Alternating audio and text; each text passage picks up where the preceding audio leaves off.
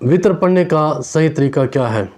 तो अल्लाह अकबर कहकर जब आप हाथ बांधेंगे तो पहले रकात में सना पढ़ेंगे, फिर तावुज़ और तस्मिया पढ़ेंगे, सूरह फातिहा पढ़ेंगे, उसके साथ सूरत मिलाएंगे, फिर रुकू सजदा करेंगे, दूसरी रकात के लिए खड़े होंगे आप, फिर सूरह फातिहा पढ़ेंगे, उसके साथ सूरत मिलाएंगे, फिर रुकू सजदा करके आप फिर पहला कायदा करेंगे। 2 रकात के बाद जब बैठते हैं उसे कायदा उला कहते हैं, वो बैठेंगे आप, अत्तहियात पढ़ेंगे, अब्दुहु व रसूलुहु तक पढ़ने के बाद आप खड़े हो जाएंगे और फिर आप सूरह फातिहा पढ़ेंगे, सूरत मिलाएंगे। सूरत मिलाने के बाद जब सूरत मुकम्मल हो जाएगी जो भी आप पढ़ रहे हैं, उसके बाद अल्लाह अकबर कहकर आप हाथ उठाएंगे कानों तक और फिर हाथ बांध लेंगे और फिर दुआए कनूत पढ़ेंगे। यहाँ पर एक मज़ीद मसला समझ लीजिए, अगर किसी को दुआए कनूत याद ना हो तो वो क्या पढ़ें? आम तौर पर लोग क्या करते हैं, कुल हुवल्लाहु 3 दफ़ा पढ़ रहे होते हैं या कुछ और सूरत पढ़ रहे होते हैं, तो सूरत नहीं पढ़नी, दुआ पढ़नी है।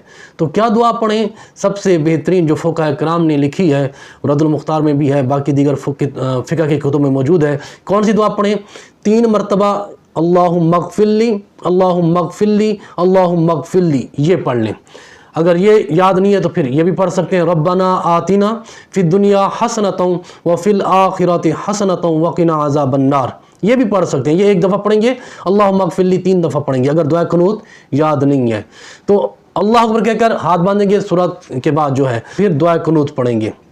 अगर दुआ कनूत ना याद ना हो तो फिर ये करेंगे और फिर उसके बाद रुकू सजदा करेंगे और फिर तीसरी रकात का जब सजदा कर लिया आपने तो उसके बाद फिर बैठेंगे, कायदा अखीरा होगा, तहियात पढ़ेंगे, दुरूशी पढ़ेंगे और उसके साथ दुआएं पढ़ेंगे और आखिर में सलाम फेर देंगे। ये तरीका है वितर नमाज के पढ़ने का।